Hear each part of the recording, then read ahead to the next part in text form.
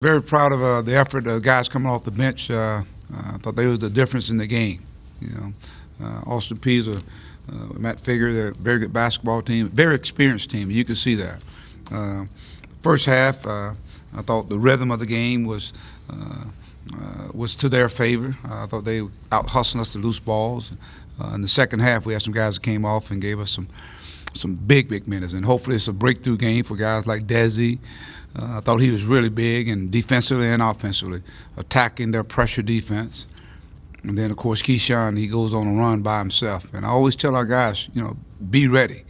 And so I thought our team got better tonight. Why I got better, I thought we saw some guys, especially young guys. You look out there was, I think, 2 sophomores, Mason and Daniel. And then you had the freshmen, Desi, Keyshawn, and who was the third one? It was Keyshawn and Reggie Chaney. And I thought they were out there, when the game was on the line. And as it was on the line, they were out there making plays offensively, defensively, sharing the basketball. I thought it got really excited in here. So to me, it's a growth in our basketball team, and that's what's needed. This team here, what you see right now, by late January, it'll be a totally different team. The one thing we've got to continue to address is rebounding the basketball. We make teams take difficult shots. We've got to come up with those rebounds. They took a lot of long threes, and they just seemed like they just out-hustled to get to the ball. And so that second, third, and fourth, fifth effort, we've got to get better at that in a hurry, because when you get to conference play, the games are won in the paint. We were able to win in the paint. Utilizing Daniel, got their main guy in foul trouble. I thought that was a big difference in the game. But when you talk about efficient minutes, what Keyshawn did tonight was very efficient, and we needed it to happen at a big at a big time, and he stepped up and made some plays for us.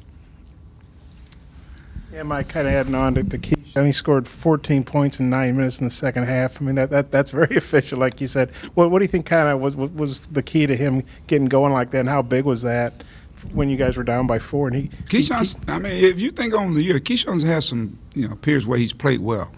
Especially defensively. Offensively, I think it's just a matter of before everything kind of clicks for him. But he got the ball in the baseline attack, and I thought that really tied the game up, I think, at 50 off. And then, of course, now our defense is intact. We're rebounding the ball. We're pushing the ball, catching him in an open floor, and he's knocking down shots, making plays, and attacking the basket.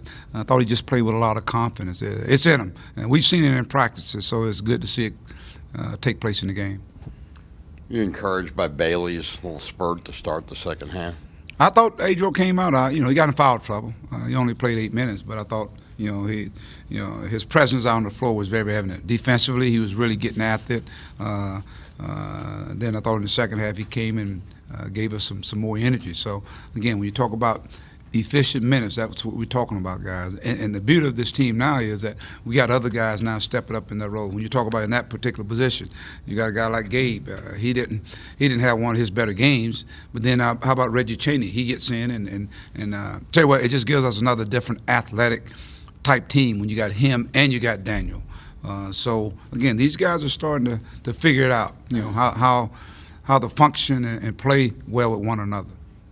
Mike, Harris has obviously had a great floor game season for you with assists and everything, but he was 2 of 25 on threes, and then he had a huge three with, I don't know, a minute something left. How big was that, and do you think he could get going? I mean, he could be a better three-point shooter? Or just what do you think about that shot? I thought he took a rhythm shot. It was a rhythm shot. He shoots the ball well in practice. It's just a matter, again, just carrying over to the game. I thought the guys found him, and he knocked it down. So it's just timing. I think it's going to happen for him because people are backing off of him. But when you don't think about it and just shoot it, then you see the results. And he's got to be effective out there on the floor for us. Jordan Phillips had a nice little spark at the end of the first half. Can you talk about that? 4 points and a 6-3 run gave you a 1-point lead at halftime. I thought he gave us some great minutes, and we're going to build on that. He'll build on that. I thought in the second half he didn't get out and play as much as he probably wanted to or I wanted him to, but I think he showed that he's ready to play now, and that was big when he came out. I think we had another young group out there at that point in time. We were down, and they made a run to get us back in it, and so That's the growth of this team. When those guys are getting those valuable minutes, when the game matters. That's why I say that. Guys can play when it's mop-up time and you got a 20-point lead, all that stuff. I'm talking about when the game's on the line. And that's going to come back and pay big dividends for us. I think what happens, your team gets to grow, and it puts competition. Guys like Jalen Harris, he can't sit there and rest on his laurels. Same way with Mason Jones. They can't sit there and rest. They got to come with it every single day because those guys are making strides. When I looked out there tonight, I just saw a different energy level with that group came off the bench. And maybe these guys are getting tired, the guys that start out. But it was much needed tonight, and that's how this team is going to have to function in order to be successful. It's got to be the ultimate team. Mike, Mason's has a lot of good games for, but 1 of 10 tonight. I think he just had an off night. Well, we had other guys going. I mean, he didn't make shots. I thought he took some tough shots. He had some baskets to the hole where he didn't finish. But he had some nice assists out there. I thought he was out there with the group that actually made the big run there. We're at 20 to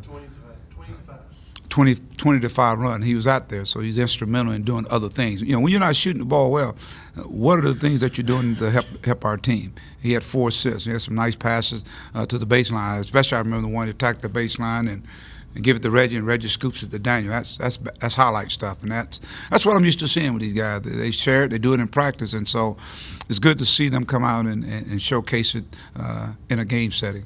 Mike, you called the timeout. I think you were down 4 in the second half. They had just had a fast break. Do you remember what the message was during that timeout?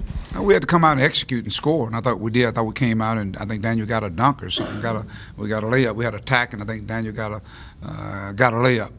And then I think it triggered our defense. I thought I picked up our intensity on defense. And then, of course, we went to the matchup, and I thought that stopped them from getting dribble penetration and make them shoot jump shots. They only made 4 threes. And I think even going down the stretch, they were like 4 for 19, 15 or something like that there. So our defense really kicked in. Our guys on a matchup defense cut the penetration out and made them take tough shots. Mike, you outscored him 21 to 5 in turnovers. How big was that? I thought that was big. We had 14 steals, and a lot of those came in the second half. In the first half, we were really sloppy with the ball again. We had 7 turnovers ourselves, and we ended up with 11 for the game. And I think a couple of them were, one of them I know was a charge, and one was a illegal screen. So we did a much better of taking care of the ball and staying in attack mode. But our pressure defense, I thought, was a difference in the game. I thought it wore them down. I mean, they only shot 35% in the second half. They didn't shoot it well, and they're a much better shooting team from the three-point line. So our defense, again, it has an effect, and I thought it was a big difference in the game. Free throw line, they get to the free throw line. They're a really good free throw shooting team, but they didn't knock them down tonight like they normally do. I'll make this a 2-for-1 if that's okay. You alluded to the rebounding. The third straight game you guys have been outscored in second chance points. I guess how big a focal point will that be this week in practice? And just how do you feel about having a full week of practice going into SEC play? How do you feel about this team? Well, I think it's much needed. We've had a chance to have games, and even when a break. Now we come back and it's kind of a little out of rhythm the first half. Now, how can we build on that?